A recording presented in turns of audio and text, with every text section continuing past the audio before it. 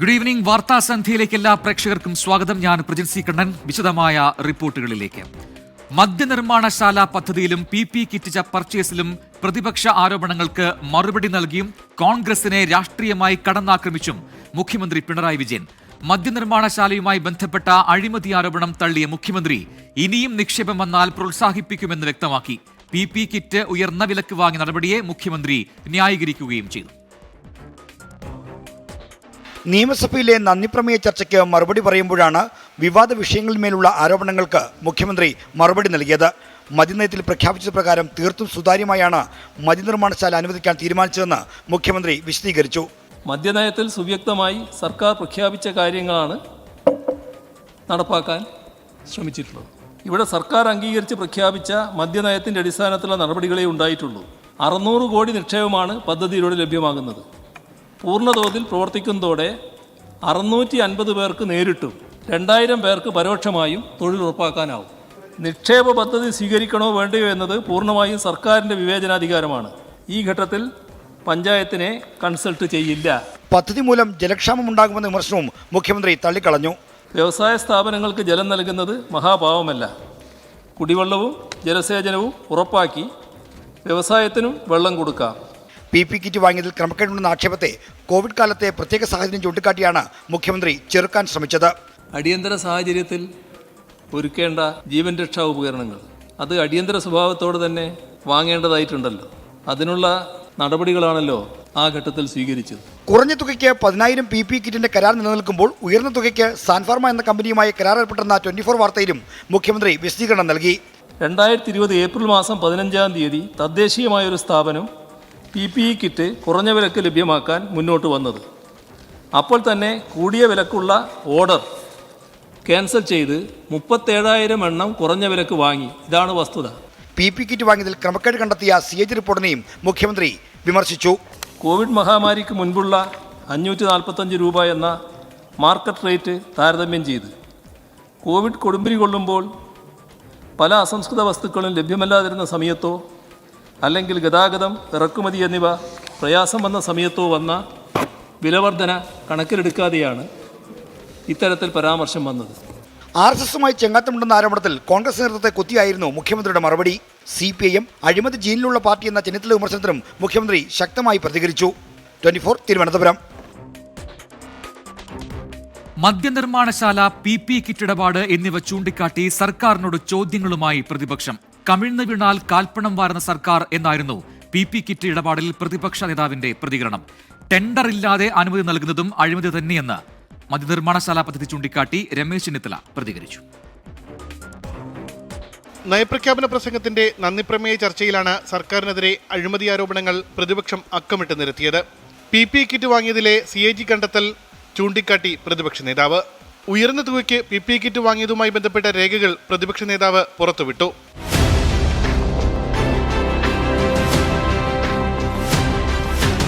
കമന്നു വീണാൽ കാൽപ്പണവുമായി പൊങ്ങുന്ന കൊള്ളക്കാരുടെ സർക്കാരായി നിങ്ങൾ മാറിയോ? എന്തൊരു അഴിമതിയാണ്, എന്തൊരു കെടുകാര്യസ്ഥതയാണ്. സാമ്പത്തികമായി നിങ്ങളെ തകർത്തി തരിപ്പണമാക്കി. മദ്യനിർമ്മാണശാല പദ്ധതിയിൽ അഴിമതിയുണ്ടെന്ന ആരോപണം പ്രതിപക്ഷ നേതാവും ആവർത്തിച്ചു. എന്തുകൊണ്ട് ഒയാസിസ് കമ്പനി മാത്രം ഇക്കാര്യം അറിഞ്ഞെന്ന് VD സതീശൻ. ടെൻഡർ ഇല്ലാതെ അനുമതി നൽകിയത് അഴിമതി തന്നെയാണെന്ന് രമേശ് ചെന്നിത്തല. ഇത്രയും വലിയൊരു പദ്ധതി അവിടെ വരുമ്പോൾ ആരും അറിയാതെ ഒരു കമ്പനിയെ വിളിച്ചിട്ട് അവർക്കത് കൊടുക്കുന്നതിലുള്ള അപാകതയും അഴിമതിയും തന്നെയാണ് ഞങ്ങൾ ചൂണ്ടിക്കാണിച്ചിട്ടുള്ളത്. സർക്കാർ ആശുപത്രികളിൽ വിതരണം ചെയ്യുന്നത് കാലഹരണപ്പെട്ടതും ഗുണനിലവാരമില്ലാത്തതുമായ മരുന്നുകളാണെന്നും പ്രതിപക്ഷം കുറ്റപ്പെടുത്തി. ആശുപത്രികളിൽ മരുന്നില്ലെന്നും ഇതിനായി നൽകാൻ പണമില്ലെന്നും VD സതീശൻ. നികുതി വരുമാനം നേടുന്നതിൽ സർക്കാർ പരാജയമെന്നും പ്രതിപക്ഷ നേതാവ് പറഞ്ഞു. 24 തിരുവനന്തപുരം. പാലക്കാട് എലപ്പുള്ളിയിലെ മദ്യനിർമ്മാണശാല വിവാദത്തിൽ ഒളിച്ചുകളിച്ച് CPI. വികസനത്തിന് എതിരല്ലെന്നും എന്നാൽ കുടിവെള്ളം മുട്ടിക്കാൻ പാടില്ലെന്നും CPI സംസ്ഥാന സെക്രട്ടറി ബിനോയ് വിശ്വം പറഞ്ഞു. പദ്ധതിക്ക് CPI പിന്തുണ ഉറപ്പാക്കാൻ ബിനോയ് വിശ്വത്തെ കണ്ടെന്ന് മന്ത്രി MB രാജേഷ് സ്ഥിരീകരിച്ചു. അതേസമയം ജലലഭ്യതയ്ക്കു വേണ്ടി മഴവെള്ള സംഭരണി നിർമ്മിക്കും എന്നാണ് ഒയാസിസ് കമ്പനിയുടെ വിശദീകരണം. എലപ്പുള്ളിയിൽ വൻകിട മദ്യനിർമ്മാണശാല സ്ഥാപിക്കാൻ പ്രാരംഭാനുമതി നൽകിയത് വിവാദമായ ശേഷം ഇതാദ്യമായാണ് CPI സംസ്ഥാന നേതൃത്വം നിലപാട് വ്യക്തമാക്കുന്നത്. ഞങ്ങൾ വികസന വിരുദ്ധരല്ല, വികസനം വേണം. എന്നാൽ ഏത് വികസനവും കുടിവെള്ളത്തെ മറന്നുകൊണ്ടാകാൻ പാടില്ല. കുടിവെള്ളം ഉറപ്പാക്കിയിട്ട് വികസനം വരാവൂ, ഏത് വികസനമായാലും. പരിസ്ഥിതി അനുകൂല പാർട്ടി എന്ന പ്രതിച്ഛായ കണക്കിലെടുത്താണ് CPI ഇങ്ങനൊരു സമീപനത്തിലേക്ക് എത്തിയത്.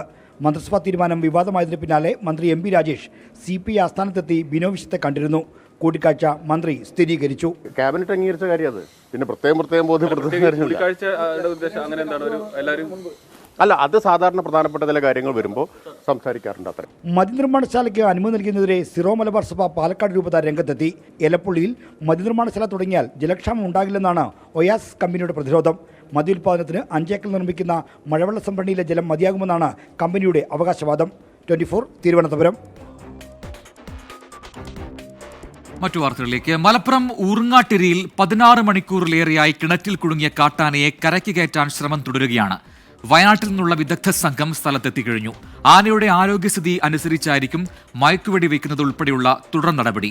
ആനയെ കരയ്ക്ക് കയറ്റി തൊട്ടടുത്ത കാട്ടിലേക്ക് തന്നെ വിടാൻ അനുവദിക്കില്ല എന്ന നിലപാടിലാണ് നാട്ടുകാർ. രക്ഷാപ്രവർത്തനത്തിനായി എത്തിച്ച മണ്ണുമാന്തി യന്ത്രം നാട്ടുകാർ അവിടെ തടഞ്ഞു.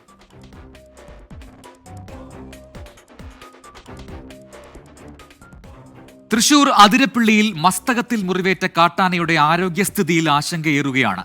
ആനയ്ക്ക് ചികിത്സ ഉറപ്പാക്കാനുള്ള ദൗത്യം ഇന്നും ഫലപ്രാപ്തിയിലെത്തിയില്ല. മയക്കുവെടി വയ്ക്കാനുള്ള നീക്കങ്ങൾക്കിടെ ഇന്നലെയാണ് ആന ഉൾക്കാട്ടിലേക്ക് വലിഞ്ഞത്. ആനയുടെ ആരോഗ്യസ്ഥിതിയിൽ ആശങ്ക പ്രകടിപ്പിച്ചുകൊണ്ടായിരുന്നു ഡോക്ടർ അരുൺ സക്രിയ ഇന്നലെ ദൗത്യം ആരംഭിച്ചത്. മണിക്കൂറുകൾ പിന്നിട്ടിട്ടും വനത്തിലേക്ക് വലിഞ്ഞ കാട്ടുകൊമ്പനെ കണ്ടെത്താനായില്ല. കാലടി മുനിത്തടത്ത് ആനയുണ്ടെന്ന വിവരത്തിന്റെ അടിസ്ഥാനത്തിൽ വനമേഖലയോട് ചേർന്ന പ്രദേശത്താണ് രാവിലെ പരിശോധന തുടങ്ങിയത്. എന്നാൽ ആനയെ കണ്ടെത്താനായില്ല. കാലടി പ്ലാന്റേഷനിലെ 1-ാം ബ്ലോക്ക്, 3-ാം ബ്ലോക്ക്, 17-ാം block, Thadimuri, Vadamuri, factory division, കശുമാവിൻ തോട്ടം, എലിച്ചാണി, പറയൻപാറ എന്നിവിടങ്ങളിൽ വിവിധ സംഘങ്ങളായി തിരിഞ്ഞ് തെരച്ചിൽ നടത്തി. ഡ്രോൺ ഉൾപ്പെടെ ഉപയോഗപ്പെടുത്തിയായിരുന്നു ഉൾവനത്തിലും സമീപ മേഖലയിലും ദൗത്യസംഘത്തിന്റെ തെരച്ചിൽ. ആനയെ കണ്ടെത്താൻ വൈകുന്നത് ആനയുടെ ജീവന് തന്നെ ഭീഷണിയാകുമെന്ന ആശങ്കയുമുണ്ട്. ദൗത്യം നാളെയും തുടരും. ചാലക്കുടിപ്പുഴയിലെ തുരുത്തിൽ നിന്ന് മാറ്റുന്നതിനായി പടക്കം പൊട്ടിച്ചതോടെയാണ് ആന ഇന്നലെ വനത്തിലേക്ക് വലിഞ്ഞത്. 24 അതിരപ്പള്ളി. മലയോര ജാഥയ്ക്ക് മുന്നോടിയായി വനം വന്യജീവി സംഘർഷങ്ങൾ നിയമസഭയിൽ എത്തിച്ച് പ്രതിപക്ഷം. വനാതിർത്തിയിലെ ജനങ്ങളുടെ സുരക്ഷയ്ക്ക് സർക്കാർ ഒന്നും ചെയ്യുന്നില്ലെന്ന് പ്രതിപക്ഷ നേതാവ് VD സതീശൻ കുറ്റപ്പെടുത്തി. ഒരു ദിവസം കൊണ്ട് തീർക്കാവുന്ന പ്രശ്നമല്ലെന്നും മലയോര പ്രദേശങ്ങളെ 12 മേഖലകളായി തിരിച്ച് ശ്രദ്ധ ചെലുത്തുമെന്നും വനമന്ത്രി AK ശശീന്ദ്രൻ പറഞ്ഞു. നിലമ്പൂർ മൂത്തേടത്ത് കാട്ടാന ആക്രമണത്തിൽ ആദിവാസി സ്ത്രീ സരോജിനി കൊല്ലപ്പെട്ടതാണ് അടിയന്തര പ്രമേയ നോട്ടീസിന് വിഷയമായത്. ജനങ്ങളെ വിശ്വാസത്തിലെടുത്താണ് വനനിയമ ഭേദഗതി പിൻവലിച്ചതെന്നും കേന്ദ്രത്തിന്റെയും കേരളത്തിലെയും നിയമത്തിൽ മാറ്റം വേണമെന്നും മന്ത്രി AK ശശീന്ദ്രൻ. ജനങ്ങളുമായി സംവദിച്ച് ജനങ്ങളുടെ വികാരങ്ങൾ മനസ്സിലാക്കി കർഷക സമൂഹത്തിൻ്റെ താല്പര്യങ്ങൾക്ക് ഹാനി വരാത്ത വിധത്തിലുള്ള നടപടികൾ മാത്രമേ ആരൊക്കെ എന്തൊക്കെ പറഞ്ഞാലും ഈ സർക്കാർ സ്വീകരിക്കുകയുള്ളൂ. മലയോര മേഖലയ്ക്ക് വേണ്ടി ഒന്നും ചെയ്യാത്ത കേരള കോൺഗ്രസ് M രാഷ്ട്രീയ പ്രായശ്ചിത്തം ചെയ്ത് മലയോര സമരയാത്രയിൽ വരണമെന്ന് മാത്യു കുഴൽനാടൻ. ദുർബലമായി പോയ തിരിച്ചുപിടിക്കാൻ കോൺഗ്രസിന്റെ UDFന്റെ നേതൃത്വം ആ മലയോര ജാഥയിലേക്ക് കേരള കോൺഗ്രസുകാർ കടന്നു വന്ന് രാഷ്ട്രീയ പ്രായശ്ചിത്തത്തിന് നിങ്ങൾ തയ്യാറാകണം. അടിയന്തര ഘട്ടത്തിൽ രക്ഷകനായ പിണറായി വിജയനും LDFനുമൊപ്പമാണ് കേരള കോൺഗ്രസ് M എന്ന് പ്രഖ്യാപിച്ച് മന്ത്രി റോഷി അഗസ്റ്റിൻ. ഒരു സുപ്രഭാതത്തിൽ കേരള കോൺഗ്രസ് UDFന്റെ ഭാഗമാകാൻ അർഹതയില്ലെന്ന് പറഞ്ഞ് കണ്ടിച്ച് താഴേക്ക് വെച്ചു. ഞങ്ങൾ മലയോര കർഷകരും പെരുവഴി നിൽക്കണോ? ആ മലയോര കർഷകരെയും ജനങ്ങളെ സംരക്ഷിക്കാൻ ഈ പിണറായിയും കൂട്ടരും ഞങ്ങളോടൊപ്പം ഉണ്ടായിരുന്നു. ഇതിനിടെ അടിയന്തര പ്രമേയ വിഷയത്തിൽ നിന്ന് വഴിമാറിയ മാത്യു കുഴൽനാടനോട് സ്പീക്കർ AN ഷംസീർ ക്ഷോഭിച്ചു. നിങ്ങൾ എന്താണ് അവതരിപ്പിക്കുന്നത്? ഈ വനനിയമ ഭേദഗതിയൊക്കെ പിൻവലിച്ചു. ഇവിടെ പറയേണ്ട കാര്യം എന്താ? വനനിയമ ഭേദഗതി അവതരിപ്പിച്ച അത് ഇല്ലാത്തതല്ലേ? പിൻവലിച്ച കാര്യം ഇവിടെ പറയേണ്ട കാര്യം എന്താണ്? പിൻവലിച്ച കാര്യം ഇവിടെ അവതരിപ്പിക്കേണ്ട കാര്യം എന്താ? ഗൗരവമായി കൊണ്ടുവന്ന വിഷയത്തിന് ലാഘവത്തോടെയുള്ള മറുപടിയാണ് സർക്കാർ നൽകിയതെന്ന് ആരോപിച്ച് പ്രതിപക്ഷം ഇറങ്ങിപ്പോയി. 24 തിരുവനന്തപുരം. തിരുവനന്തപുരം കഠിനംകുളം ആതിര കൊലക്കേസിൽ പ്രതി പിടിയിലായി. കോട്ടയത്ത് ഒരു വീട്ടിൽ ഹോം നഴ്സായി ഒളിവിൽ കഴിയുമ്പോഴാണ് ജോൺസൺ ഔസേപ്പിനെ പോലീസ് പിടികൂടിയത്. വിഷം കഴിച്ച ജോൺസനെ കോട്ടയം മെഡിക്കൽ കോളേജിലേക്ക് മാറ്റിയിട്ടുണ്ട്. കൊലപാതകം നടന്ന് 2 ദിവസം കഴിയുമ്പോഴാണ് പ്രതി പിടിയിലാകുന്നത്. ഇയാൾക്കായി പോലീസ് ലുക്കൌട്ട് നോട്ടീസ് ഇറക്കിയിരുന്നു. കോട്ടയം കുറിച്ചിയിലെ ഒരു വീട്ടിൽ ഹോം നഴ്സ് എന്ന് പറഞ്ഞാണ് ഒളിവിൽ കഴിഞ്ഞിരുന്നത്. ചിത്രങ്ങൾ മാധ്യമങ്ങളിൽ വന്നതോടെ നാട്ടുകാർ പോലീസിനെ വിവരമറിയിച്ചു. ചിങ്ങവനം പോലീസ് അന്വേഷിച്ചെത്തിയപ്പോൾ ജോൺസൺ ബാഗുമായി കുറിച്ചി പഞ്ചായത്ത് ഓഫീസിന് സമീപം നിൽക്കുകയായിരുന്നു. കസ്റ്റഡിയിലെടുത്തപ്പോൾ ജോൺസൺ തന്നെയാണ് താൻ എലിവിഷം കഴിച്ചതായി പറഞ്ഞത്. തുടർന്ന് ജില്ലാ ആശുപത്രിയിലും അവിടുന്ന് മെഡിക്കൽ കോളേജിലേക്കും മാറ്റി. കേസ് അന്വേഷിക്കുന്ന സംഘവും കോട്ടയത്തേക്ക് തിരിച്ചിട്ടുണ്ട്. രാവിലെയാണ് ഇൻസ്റ്റഗ്രാം സുഹൃത്തിനെ കുറിച്ചുള്ള വിവരം പോലീസിന് ലഭിക്കുന്നത്. കൊല്ലം നീണ്ടകര സ്വദേശിയാണ്. ഭാര്യയുമായി വേർപിരിഞ്ഞ് കഴിയുന്ന ഇയാൾക്ക് 3 കുട്ടികളുണ്ട്. ഭാര്യ വീടാണ് ചെല്ലാനത്ത്. 1 വർഷം മുമ്പാണ് കഠിനംകുളം സ്വദേശി ആതിരയുമായി ജോൺസൺ അടുപ്പത്തിലാകുന്നത്. ഇൻസ്റ്റഗ്രാം റീൽസിലൂടെ അടുത്ത ഇരുവരും പിന്നീട് പ്രണയത്തിലായി.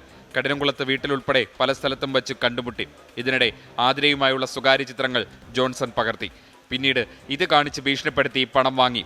കൊലപാതകത്തിന് 3 ദിവസം മുമ്പും ജോൺസൺ കഠിനംകുളത്തെ വീട്ടിലെത്തി 2500 രൂപ വാങ്ങി. ഇതിനിടെ ആതിര തന്നോടൊപ്പം ഇറങ്ങി വരണമെന്ന് ജോൺസൺ ആവശ്യപ്പെട്ടു. ഇത് വിസമ്മതിച്ചതോടെയാണ് പകയായത്. തുടർന്ന് കൊലപ്പെടുത്തണമെന്ന ഉദ്ദേശത്തോടെ പെരുമാതുറയിൽ ലോഡ്ജിൽ മുറിയെടുത്തു. ചൊവ്വാഴ്ച രാവിലെ കത്തിയുമായി ഇയാൾ ലോഡ്ജിൽ നിന്ന് പുറത്തു പോകുന്ന ദൃശ്യം പോലീസിന് ലഭിച്ചു.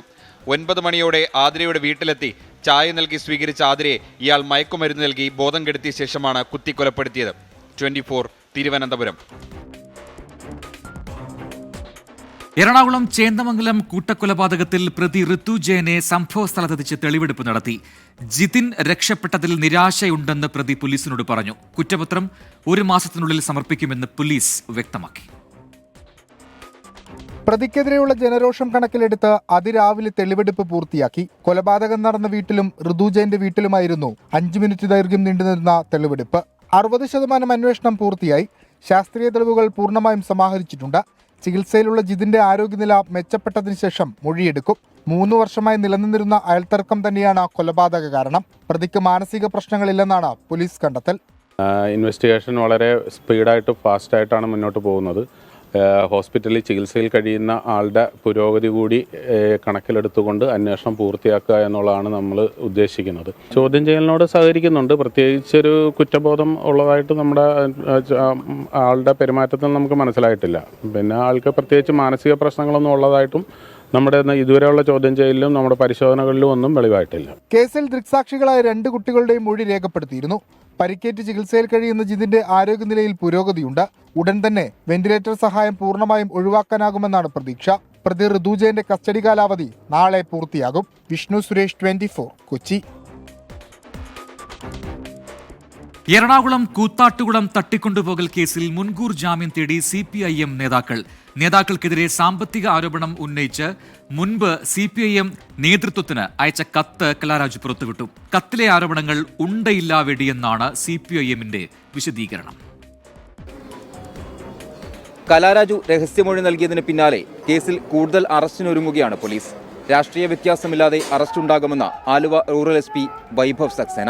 2 സൈഡുള്ള കേസ് കൗണ്ടർ കേസുകളുണ്ട്.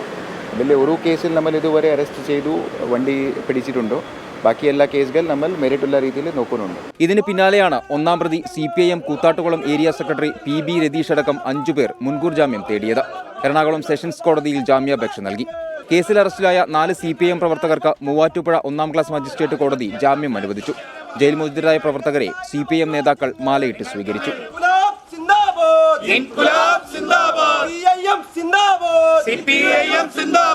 കൂത്താട്ടുകുളത്തെ പ്രശ്നങ്ങൾ ചൂണ്ടിക്കാണിച്ച സംസ്ഥാന നേതൃത്വത്തിന് കഴിഞ്ഞ ഒക്ടോബറിൽ നൽകിയ കത്ത് കലാരാജു പുറത്തുവിട്ടു.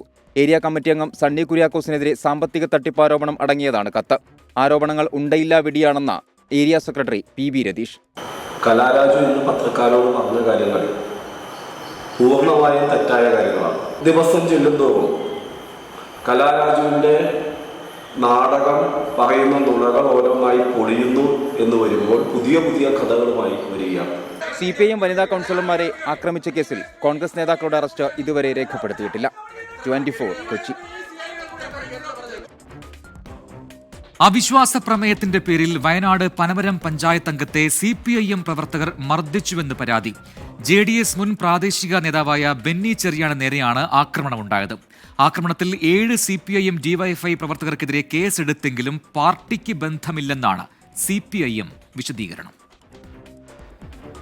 പനമരം പഞ്ചായത്തിൽ LDF ഭരണസമിതിയെ അട്ടിമറിക്കുന്നതായിരുന്നു UDF കൊണ്ടുവന്ന അവിശ്വാസ പ്രമേയം. JDS അംഗമായ ബെന്നി ചെറിയാന്റെ പിന്തുണയിലാണ് അധ്യക്ഷസ്ഥാനം CPIMന് നഷ്ടപ്പെട്ടത്.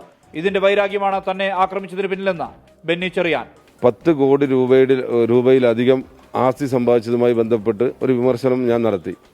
അതിൻ്റെ വൈരാഗ്യം തീർക്കുന്നതിന് വേണ്ടിയിട്ടാണ് എന്നെ ഇന്നലെ പനമരം ടൗണിൽ ഹൈസ്കൂൾ റോഡ് ജംഗ്ഷനിൽ വെച്ചിട്ട് ഏഴോളം ആളുകൾ എന്നെ ആക്രമിച്ചത്. പനമരം ഏരിയ കമ്മിറ്റി അംഗത്തിന്റെ അമ്മയെ അപകീർത്തിപ്പെടുത്തുന്ന വിധത്തിൽ വാട്സപ്പിൽ ബെന്നിച്ചെറിയാൻ പോസ്റ്റ് ഇട്ടുവെന്നും ഇതിന് വില നൽകേണ്ടി വരുമെന്നും നേരത്തെ നടന്ന പൊതുയോഗത്തിൽ CPIM മുൻ ജില്ലാ സെക്രട്ടറി P. ഗഗാറിൻ പറഞ്ഞിരുന്നു.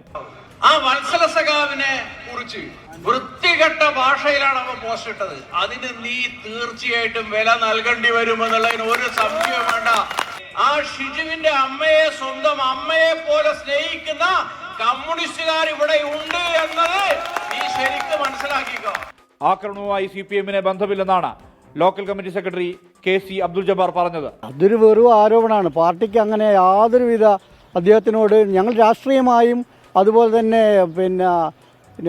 നീതിന്യായ കോടതി മുഖേനയും കാര്യങ്ങൾ നീക്കുക, ഇല്ലെങ്കിൽ ഇലക്ഷൻ കമ്മീഷനുമായിട്ട് ബന്ധപ്പെട്ട് നീക്കുക എന്നുള്ളത് മാത്രമാണ് പാർട്ടിയുടെ നയം.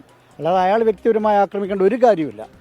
പനമരം സ്വദേശികളായ ഷിഹാബ്, അക്ഷയ്, ഇർഷാദ്, സനൽ എന്നിവരടക്കം 7 പേർക്കെതിരെ പോലീസ് വധശ്രമം അടക്കമുള്ള വകുപ്പുകൾ ചുമത്തി കേസെടുത്തിട്ടുണ്ട്.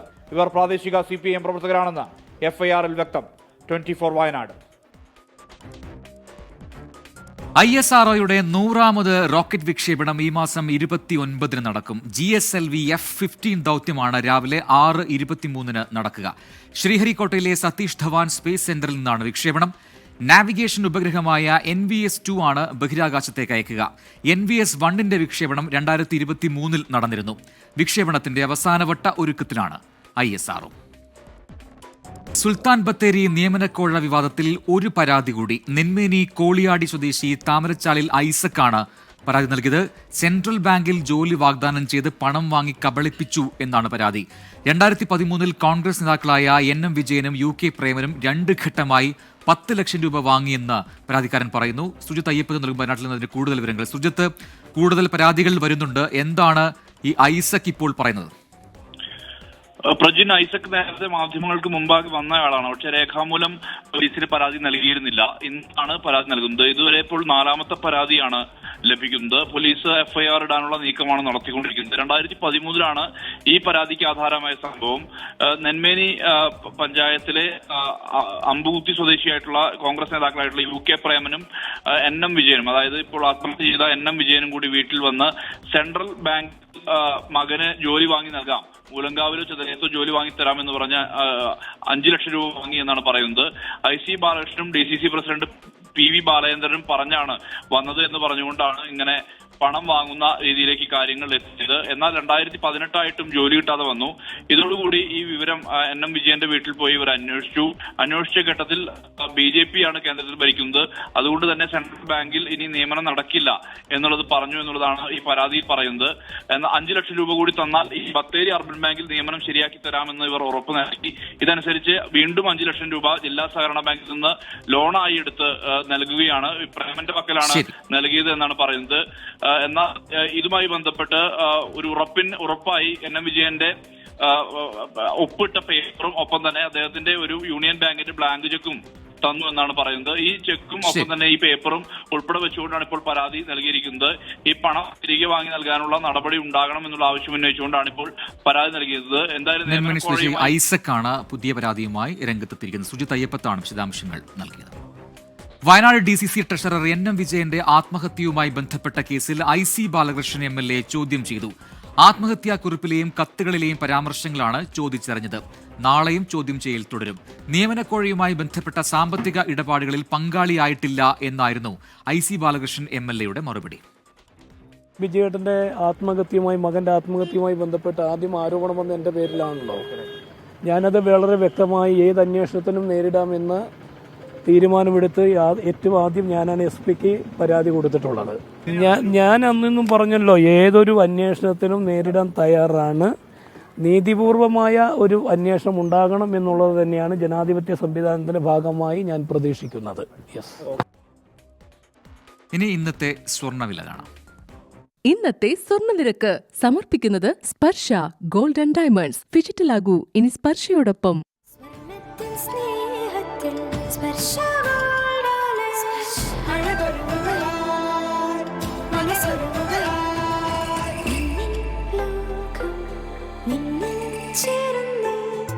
സ്വർണ്ണത്തിൻ സ്നേഹ